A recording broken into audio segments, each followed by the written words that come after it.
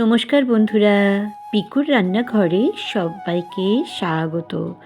আমি আজকে তৈরি করে দেখাবো সবথেকে সহজ পদ্ধতিতে ফুলকপির কালিয়ার রেসিপি। ঘরে থাকা খুব সামান্য উপকরণ দিয়ে কিন্তু এই রেসিপিটা তৈরি করেছি। বাজারে এখন প্রচুর পরিমাণে ফুলকপি পাওয়া যাচ্ছে, আর এই সময় ফুলকপিটা যদি এইভাবে খাওয়া হয় খেতে কিন্তু ভীষণই ভালো লাগে। আমি এখানে একটা মাঝারি সাইজে ফুলকপি নিয়ে নিয়েছি, আর ফুলকপিটাকে আমি কেটে নেব প্রথমে, সেটাও তোমাদেরকে দেখিয়ে দিচ্ছি। একটু বড় বড় টুকরো করে কিন্তু ফুলকপিগুলোকে কাটতে হবে, আর ফুলকপির যে বোটার অংশটা সেটাও কিন্তু 4 টুকরো মতো এরমভাবে একটুখানি কেটে নিয়েছি। আর ডুমো করে আলু নিয়ে নিয়েছি দুটো, এখানে বড় সাইজে। কড়ার মধ্যে আমি সর্ষের তেলে রান্না করব না, আজকে আমি সাদা তেলে রান্না করব। তার জন্য নিয়ে নিলাম 5 টেবিল স্পুন সাদা তেল। তোমাদের যদি মনে হয় সর্ষের তেলে করবে সেক্ষেত্রে সর্ষের তেলেও করতে পারো। তেলটা বেশ যখন গরম হয়ে যাবে একে একে ফুলকপিগুলো দিয়ে ঢাকা দিয়ে দেবো। আমি অবশ্যই ঢাকা চাপা দিয়ে ফুলকপিগুলোকে ভালো করে ভেজে নেব। যেহেতু এখনকার ফুলকপি গন্ধ হয় না, সেই জন্য আমি কি করব, এরকম লাল লাল করে কিন্তু ভেজে নেব। আমি কিন্তু গরম জলে ভাপিয়ে নেব না, তোমাদের যদি মনে হয় তোমরা কিন্তু একটু ভাপিয়েও নিতে পারো। এবারে দেখো ফুলকপিটা কিন্তু লাল হয়ে গেছে, এবার আমি তুলে নিলাম। যে তেলটা রইল সেই তেলের মধ্যেও এবার আমি দিয়ে দেব আলুগুলোকে দিয়েও কিন্তু আমি ঢাকনা দিয়ে রেখে দেব। আর ঢাকা চাপা দিয়ে কিন্তু ভাজলে বেশি ভালো হয়। আর এবারে আমি যতক্ষণ ভাজা হচ্ছে আমি একটা মিক্সির জার নিয়ে নিয়েছি, এর মধ্যে নিয়ে নিলাম 3 ইঞ্চি মতো আদা, 4টে রসুনের কোয়া, একটা মাঝারি সাইজের টমেটো, আর নিয়ে নিলাম 2টো এলাচ, 2টো লবঙ্গ, আর 1 টুকরো দালচিনি। এবার একটু জল দিয়ে মিহি পেস্ট তৈরি করে নেব।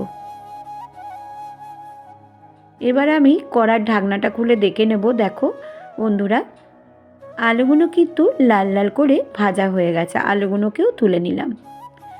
যে তেলটা রইল সেই তেলের মধ্যে গোটা জিরে 1 চামচ ফোড়ন দিয়ে দিলাম, আর দিয়ে দিলাম তেজপাতা। ফোড়নের যখন বেশ সুন্দর গন্ধ উঠে আসলো তখন আমি দিয়ে দিলাম মশলার পেস্টটা, দিয়ে ভালো করে একটু নাড়াচাড়া করে আমি একটু মিক্সি ধোয়া জলও দিয়ে দেবো এর মধ্যে, না হলে কিন্তু মশলা একটা পুড়ে যাওয়ার সম্ভাবনা থাকে।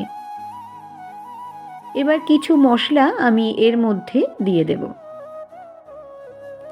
এর মধ্যে আমি দিয়ে দেব 1.5 চামচ মতো হলুদের গুঁড়ো, লঙ্কার গুঁড়ো দিয়ে দেব 1 চামচ। তোমাদের যদি মনে হয় লঙ্কার গুঁড়োটা বেশি দেবে সেক্ষেত্রে বেশিও দিতে পারো।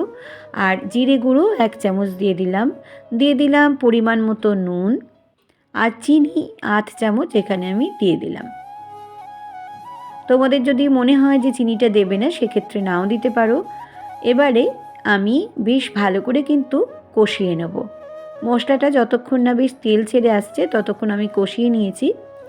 এবার ভেজে রাখা আলু আর ফুলকপিগুলো দিয়ে বেশ ভালো করে নাড়াচাড়া করে একটু কষিয়ে নেব। এই সময় গ্যাসের ফ্লেমটা একদম আমি আস্তে করে রেখে দিয়েছি। যত ভালো করে মশলার সাথে কষাবে তত কিন্তু খেতে বেশি ভালো লাগবে। এই রেসিপিটা দিয়ে গরম গরম ভাত, রুটি, লুচি, পরোটা একদম জমে যাবে। যেমন দেখতে ভালো হয়েছিল খেতেও কিন্তু ভীষণই ভালো হয়েছিল বন্ধুরা। একবার আমার মতো তোমরা বাড়িতে অবশ্যই তৈরি করো। দেখো আমি কিন্তু কষিয়ে নিয়েছি কথা বলতে বলতে। এবার আমি এর মধ্যে দিয়ে দেব জল।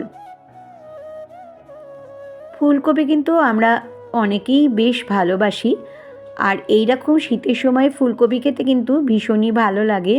আমার মতো বাড়িতে অবশ্যই তোমরা ট্রাই করো। এবার নাড়াচাড়া করে নিয়ে এবার গ্যাসের ফ্লেমটা লো টু মাঝারি করে রেখে আমি চাপা দিয়ে সেদ্ধ হতে দেব। 10 মিনিট বাদে আমি ফিরে এলাম। দেখো কালারটা কি সুন্দর হয়েছে বন্ধুরা। যেহেতু ফুলকপির কালিয়া তাই জন্য একটুখানি আমি দেখেও নিচ্ছি। এবার ফুলকপি আর আলু কিন্তু পারফেক্টভাবে সেদ্ধ হয়েছে। আর এরকম একটু রং হলে দেখতে তো ভালো লাগলে খেতেও তেমনি বলে না পেলে দেখনদারি বাঁধবে বন ভিক্ষারি কথাটা আছে। এবারে আমি দিয়ে দিলাম ওর মধ্যে ধনেপাতা। শীতের এই সময় ধনেপাতা দিয়ে খেতে কিন্তু ভীষণ ভালো লাগে। আর দিয়ে দিলাম কাঁচা লঙ্কা। এই রেসিপিটি যদি তোমাদের কাছে ভালো লেগে থাকে অবশ্যই সাবস্ক্রাইব, লাইক, শেয়ার করো। নিচে থাকা বেল বাটনটা প্রেস করে দিও, যাতে নতুন নতুন রেসিপি বা ব্লগ তোমাদের কাছে প্রথমেই পৌঁছে যায়। আমি এবার ঢাকা চাপা দিয়ে তোমাদের কাছে সার্ভ করে দেখাচ্ছি। দেখো দেখতে কেমন হয়েছে, খেতেও কিন্তু বন্ধুরা ভীষণই ভালো হয়েছিল। আর খুব সামান্য উপকরণ দিয়ে কিন্তু ঘরে থাকা সামান্য উপকরণে তৈরি করা হয়ে যায়। আমার ফেসবুক, ইনস্টাগ্রামে পিকুর রান্নাঘর আছে, চাইলে সেখানেও কিন্তু তোমরা সদস্য হয়ে যেতে পারো। সবাই খুব খুব খুব ভালো থেকো, সুস্থ থেকো।